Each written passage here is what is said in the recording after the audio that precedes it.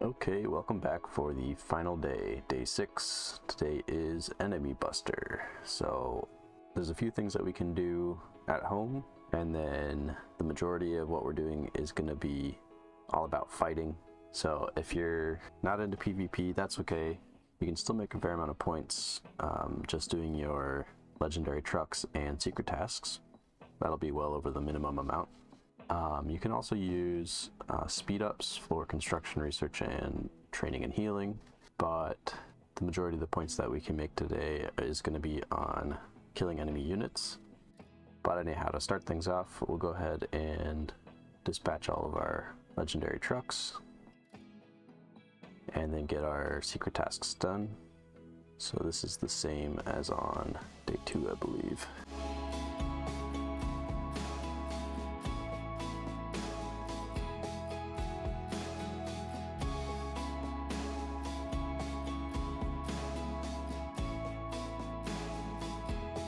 Now, we can do all of our radar tests today even though we don't get points for it, and the reason is because we don't get points for it tomorrow either, since today's the last day of the week, so there's no points to score on Sunday.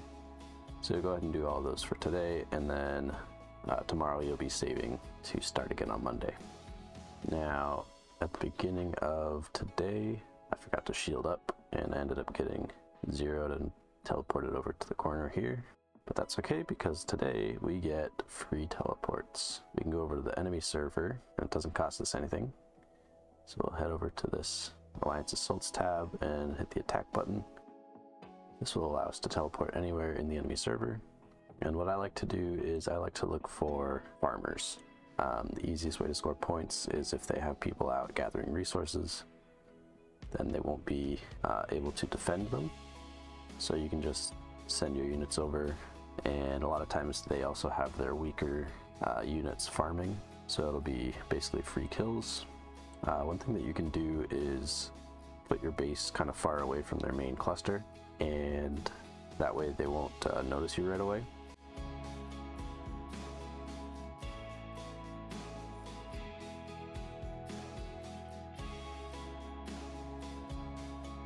And then send your troop marching to a resource spot that is behind where you actually want to hit, because the marching speed to a resource gathering spot is double the normal marching speed.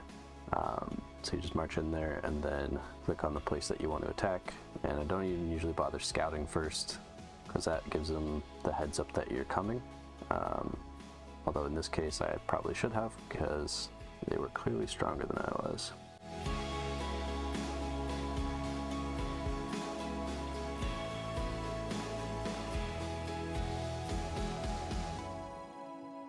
I'm going to go ahead and scout the other one.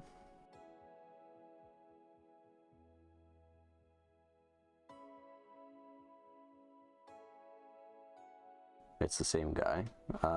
Looks like this one's a pretty weak troop, so I should have no problem getting in there and getting a bunch of free kills.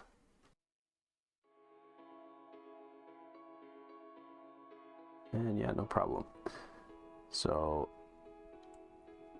one of the things is that even if you lose against their squad, they don't get a chance to heal up at all.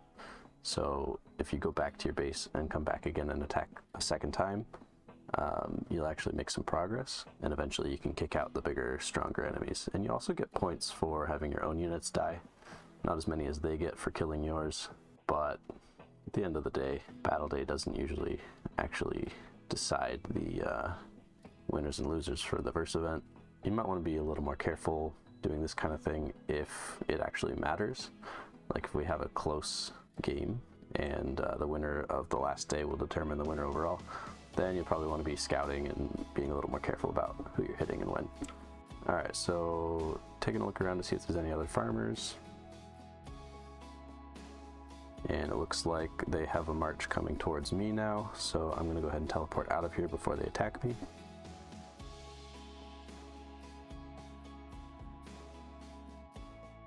And now it's later in the day, and there's a couple people that decided to go over and coordinate an attack on them.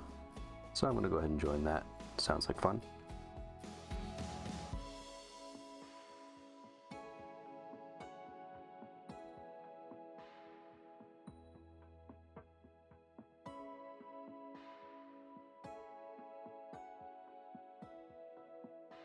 Once again, because all of your teleports are free today, you can kind of bounce back and forth. They're going to attack you. Get some troops healed up and head back over there.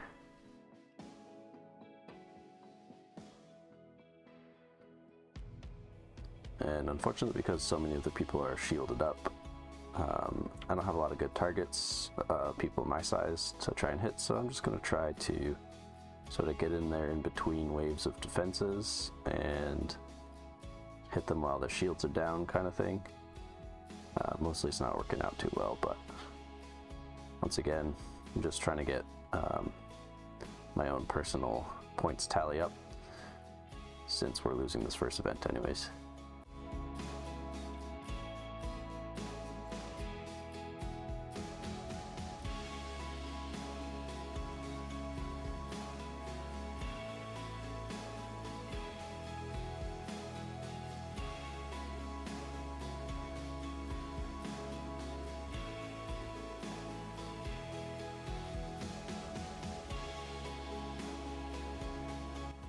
Okay, well, I've done about as much as I can. Not too many farmers out today, and mostly everyone's shielded up, so I think I'm pretty much finished. And I'm just going to teleport to a random spot on the map, since I have to wait 15 minutes after attacking before I can put a shield up.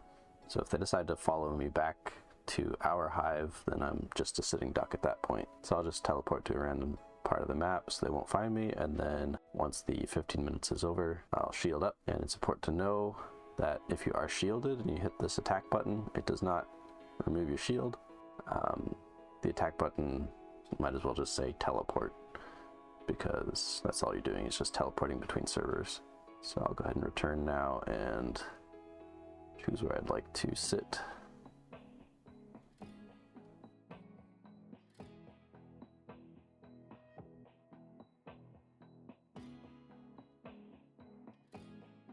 And there we go. That's a successful PvP day. You see my shield is still intact.